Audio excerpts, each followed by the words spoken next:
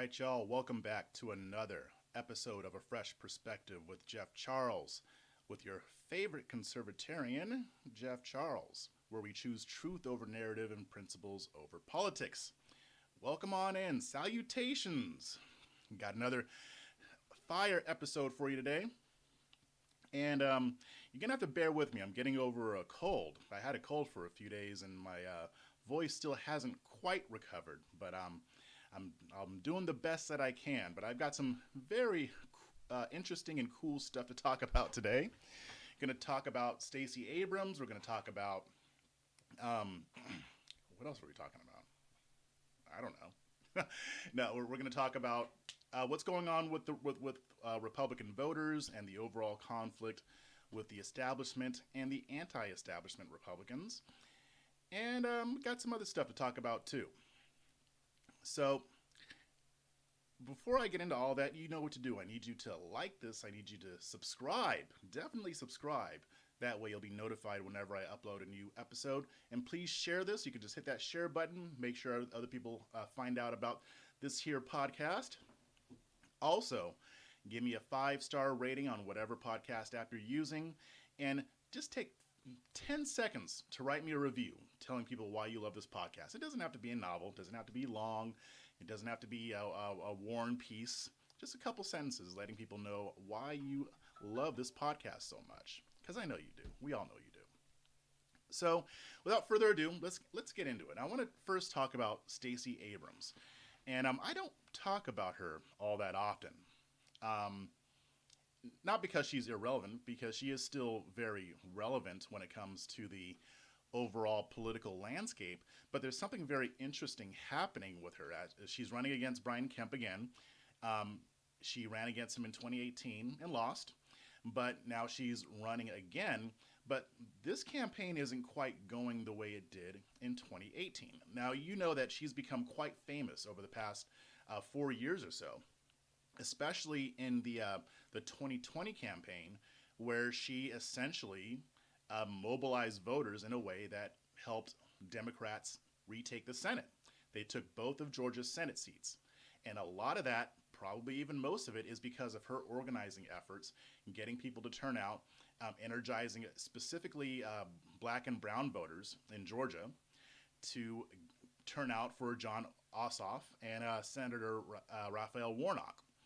Now, like I said, there were other factors playing into that. Obviously, you had a lot of disenchanted Republican voters after the 2020 election for reasons that I cannot say right now because I don't want to get delisted or anything like that. But nevertheless, she was very instrumental in bringing about that change. Now, I don't know how long that will stand. I mean, we've got Raphael Warnock.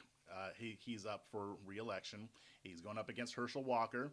And they've been neck and neck. Sometimes Warnock is ahead, sometimes Walker is ahead. But that's what's going on. It'll be interesting to see how that particular race turns out in November. But as far as her gubernatorial campaign, it ain't looking so good. And it's a little bit unexpected because, like I said, she has risen in popularity over the past 4 years. And Democrats had very high hopes for her. Even when Biden was the nominee, she was being talked about as his potential running mate. Obviously, that didn't play out. We ended up getting a black Hillary, but still, she has soared to very lofty heights, right? I think it's safe to say that. But when you look at polling over the past couple months or so, you can see that she's in a downward trajectory politically. It's almost like she doesn't quite have the level of influence that she has had previously. Now, she's lagging behind Governor Brian Kemp by about 6 points, according to the latest Real Clear Politics average. And what's very interesting about this to me is that her popularity is declining in general, but it's declining significantly among black voters, which is very interesting because she was the one out there talking about how we're going to make sure that black people can vote because, you know, they had this whole Jim Crow 2.0 narrative when Georgia passed their election integrity laws, like what was passed in Texas and other states as well. and she became the forefront of that movement, promoting the false narrative that somehow black people aren't going to be able to vote because of these laws. Now, most people know that that was bullcrap, but still, she was able to leverage that to increase her popularity. So it's very interesting to see that black voters are not supporting her in the same numbers as they have previously. So, like I said, in 2018, very popular. She lost by about 55,000 votes, which isn't that big of a number, which is probably why she continues to contest that election and insist that she won. Sounds familiar, doesn't she? But she doesn't get censored for saying that, so whatever. Now, there was a poll conducted by the Atlanta Journal-Constitution, and it showed her numbers among black voters at 79% support. So 79% of African Americans in Georgia support Stacey Abrams. Now, among black men in particular, she has about 75%. Now, this sounds positive, right? I mean, obviously it's very clear that the overwhelming majority of black voters in Georgia support Stacey Abrams. But when you put this into perspective, it's not that great. See, Democrats in general typically enjoy 90% or more of the black vote, whether they're running at the presidential level, running for governor, or other offices. They get over 90% of support. That's been normal for the past few decades. So to see her down to 79% and 75% among black men, that is a very steep decline. Very steep decline. And Democrats are worrying, that they're concerned that Abrams won't be able to garner the same level of support as she did in 2018. And that it seems pretty clear that is what's going on. Now, a former aide for Abrams, I guess he worked on her campaign in 2018. He's anonymous, but he told Newsweek that a lot of this is because of her organizing team or her organizing resources. He said, quote, in 2018, Abrams had 140 organizers on the ground. Now she has fewer than 100. He also said, quote, and there are reports of slippage with black men, a critical voting segment that Abrams needs to be a strong part of her coalition. He also said, quote, Stacey can't win without black and brown voters. Now, I don't know if I buy that. I mean, I'm sure that her not having the same level of organizing resources is having an effect here. But then the question is, why? If she's so popular, why doesn't she have more people willing to come and organize for her? She's already shown that she has the skill to do it because we saw what she did in the 2020 election. She is very good at organizing people, galvanizing support, and getting people out there. But it's like she lost her mojo. It's not there anymore. At least not the way it used to be. Now, it's also worth noting that this is bigger than Stacey Abrams. So in another Newsweek article, a guy named W. Mondale Robinson, he's the founder of the Black Male Voter Project in Georgia, and he summed it up pretty nicely. He said, quote, Stacey Abrams doesn't have a black man problem. The Democratic Party has a black man problem. Now, we have been seeing this on social media and elsewhere. I mean, even over the past few years, we have seen that black men are becoming increasingly disenchanted with the Democratic Party. When Trump ran in 2020, he got 18% of the black male vote. 18%. For a Republican presidential candidate, that is huge.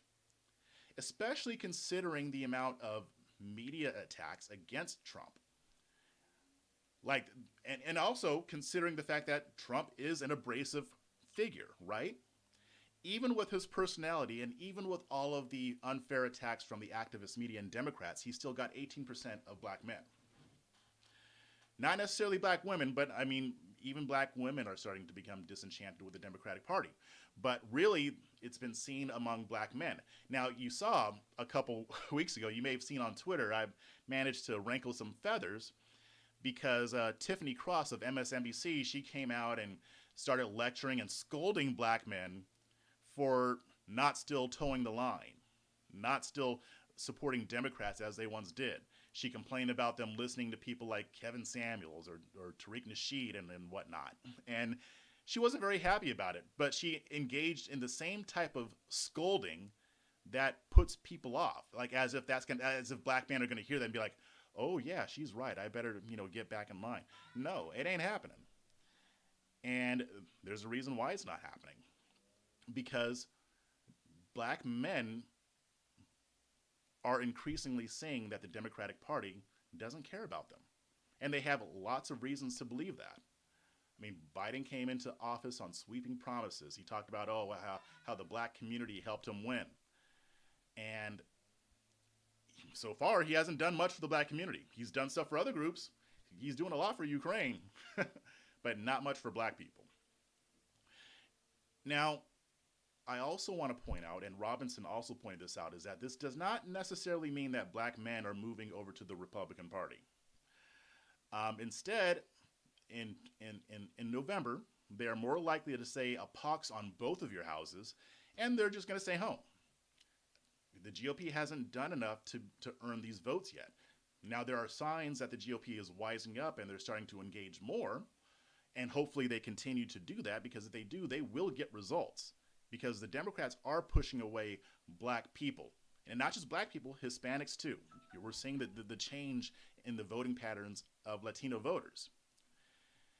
Robinson said, quote, "Black men have an alternative, and that is to sit out in an election." Well, that's what they're going to do in November. I do not believe that Abrams is going to win.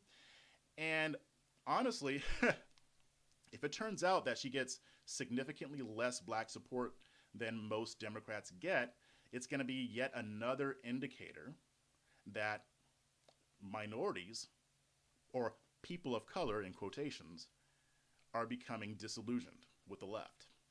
And I can see why, because the left is moving further to the left, and most black and brown people are not so-called progressives. They're just not. Now, there was an op-ed by Dr. Jason Nichols, and he pointed out the issue too. And by the way, I was on a recent episode of The Debate, that's Newsweek's podcast, a couple weeks ago, and I spoke with Jason Nichols, and we debated certain issues. But I thought his op-ed, I didn't agree with all of it, but he made some really good points. So he wrote, quote, "Some black men feel they are spoken about by Democrats rather than spoken to." I thought that was brilliant. And what's funny is that we had a short conversation after the podcast, and he said that he got a lot of flack for writing that op-ed, because that op-ed was all about how Democrats are ignoring black men. And he got flack from the left for even daring to write that, which tells me that Democrats are not learning their lesson. Tiffany Cross was reinforcing the message that Democrats should essentially be able to do whatever the hell they want and still get overwhelming black support. And the reason I wrangled feathers is I said on Twitter, I pointed out the fact that Democrats are failing black America, but you've got these white progressives who will trot out their tap dancers, their black faces, to try to get black men in line without actually having to do anything with it, which they do. The thing is, and I'm going to digress a little bit, but on the left, they don't like it when you use their own terminology against them, because they like to attack black conservatives as tap dancers. That's perfectly acceptable. And you know what? There are some black conservatives on the right who do tap dance. Basically telling people what they want to hear, pushing an agenda without actually speaking truth to power and without actually pushing for solutions. But the thing is that they are so aggressive in calling black conservatives that term because they know that they have the same thing going on the left and nobody will point it out. But we got a new breed of black conservatives. I'm not the only one who calls this out. And I'm more than willing to call out their tap dancers too, because they do just as much damage, if not more. Because, like I said, most black people are not so-called progressives, but the ones you see on TV mostly are black progressives, and they do that tippity tap dance routine for their white progressives who trot them out. It's a fact. That's just the way it is. I'm not saying they're bad people. I mean, most of them are probably decent people, but they do tap dance. Tiffany Cross wasn't trying to hold Democrats accountable. She was trying to hold black men accountable for not continuing to do the same thing and getting the same results. Now, I'm going to go on. I mean, there's no reason why the GOP should see this as a victory, because it's not a victory. Like I said, black people are going to stay home on November 8th. But what they should see it as is an opportunity. And, you know, I say this knowing that the Republican Party rarely misses an opportunity to miss an opportunity. But we can't keep making that mistake. We can't. We have to start making a concerted effort to reach black voters over the long term, and we have to be in it for the long haul. Just because we put in the effort in this season doesn't mean that we're not going to still take some L's. We're going to take some L's at first because, you know, the Republican Party abandoned black voters 60 years ago. It took a while for it to get the way it is right now. It's going to take a while to reverse that. I'm not saying it'll take 60 years. But it is not a sprint, it's a marathon. That's what I always say. So this is where the Republican Party should recognize that now they have to start talking to black men specifically. If I were running the RNC, I would target black men specifically first. Not that it would ignore black women, but again, black men are more amenable to the principles that conservatives stand on. I mean, real conservatives, not just the ones who pay lip service to the idea, right? So when you're talking to black men, you got to talk economics first and foremost. That's what black men are concerned about. They want to be able to start businesses. They want good paying jobs. We always say pull yourself up by the bootstraps. That's what black men do. That's what black men want to do. And in order to do that, we need people who are willing to get the government out of the way. That's the type of messaging that conservatives should be doing to the black community. And we got to strike while the iron is hot, because if we wait too long, Democrats will eventually get it together and win them back. So we don't have a ton of time here.